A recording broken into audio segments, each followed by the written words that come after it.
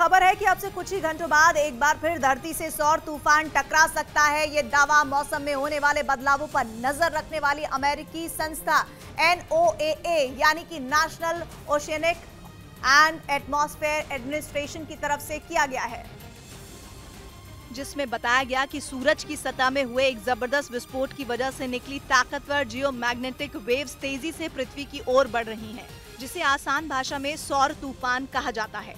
दावा है कि इस सौर तूफान की वजह से कनाडा और उत्तर अमेरिका के कुछ इलाकों में पावर ग्रिड फेल हो सकती है, मतलब वो पूरा इलाका अंधेरे में डूब सकता है। इसका असर सैटेलाइट पर भी पड़ सकता है, जिसकी वजह से इंटरनेट, GPS और मोबाइल नेटवर्क काम करना बंद कर सकते हैं। हालांकि राहत की बात यह है कि इस बार जो सौर तूफान पृथ्वी की ओर बढ़ रहा है वो मामूली ताकत वाला है, लेकिन ये पहली बार नहीं है जब धरती सौर तूफान का सामना करेगी। क्या आप अपनी कृषि भूमि से रोजाना कमाई करना चाहते हैं? तो विजेताओं से सीखें, देर न करें। फ्रीडम ऐप को अभी डाउनलोड करें। पिछले महीने भी एक और सौर तूफान पृथ्वी से टकराया था और इससे पहले भी दुनिया में कई बार सूरज से उठे तूफान की घटनाएं होती रही हैं। 1859 में भी दुनिया ने सौर तूफान झेला था।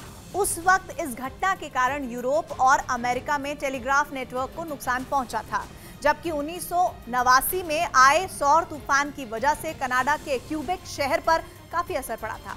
इस तरह के सौर तूफान को मापने का पैमाना G स्केल होता है, जिसमें 1 से लेकर 5 लेवल होते हैं। G1 का मतलब सबसे कम और G5 सबसे ज्यादा स्तर का तूफान होता है।